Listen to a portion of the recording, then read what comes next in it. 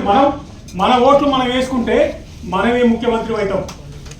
ఓట్లు మనే, సీట్లు మనయా, మనే ఓట్లు మనయే, సీట్లు మనయే. ఆ విధంగా మనం ఉద్యమించాలి. బీసీలు చైతన్యవంతమయ్యారు. నాడు చదువు రాసుకుంటూ చేసినటువంటి సమాజం నుండి బయటపడ్డం.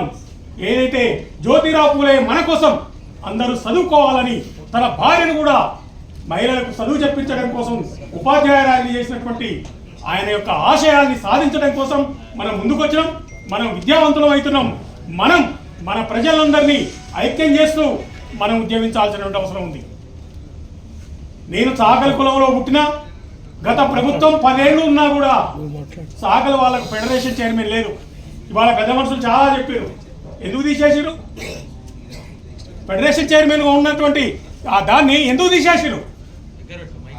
కాబట్టి ఇలాంటి దుర్మార్గమైనటువంటి రాజనీతికులు 5%, 6% ఉన్నటువంటి వాళ్ళు ఇవాళ పాలకులు అవుతున్నారు. మనకు చదువు లేదు, మనకు భూములు లేవు. కాబట్టి మనం పెట్టుబడులు పెట్టలేక మనం వెనకబడిపోయినాం. వాళ్ళు ముందుకొచ్చారు, వాళ్ళ మనని పరిపాలిస్తారు.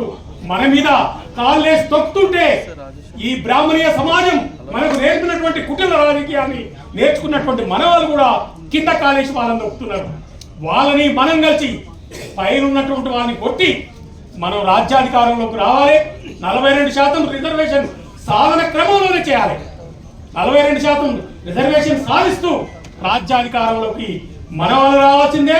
అన్ని కులాలని దామాషా ప్రకారం ఎవరి జనాభా ఉందో ఆ దామాషా ప్రకారం మనం కూడా రాజ్యాధికారంలో మన వాటా పంచుకోవాల్సిన అవసరం ఉందని. తర్వాత ఇవాళ ఏ ప్రభుత్వం వచ్చినా మన మీద లేదు.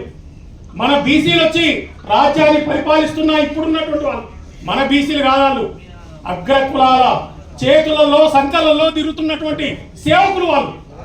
అందుకనే ఈడబ్ల్యూఎస్ మన మీద పెట్టి వృద్ధి 10% రిజర్వేషన్ వాళ్ళొక్కలే తీసుకుపోయి మనం ఇవాళ మనకు వచ్చే ఎస్సీ రిజర్వేషన్ కు, బీసీఏ రిజర్వేషన్ కు అందనటువంటి ఫలాలు వాళ్ళకు అందుతున్నాయి.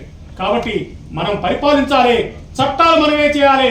ఈ రాజ్యాన్ని వాళ్ళకంటే మనం బాగా పరిపాలిస్తున్నటువంటి గొప్పతనం మనకే దక్కుతుంది. కాబట్టి మనమే రాజ్యాధికారంలోకి రావాలి. కృష్ణను సీఎం చేయాలని కోరుతూ ముగిస్తున్నాను. జై తెలంగాణ.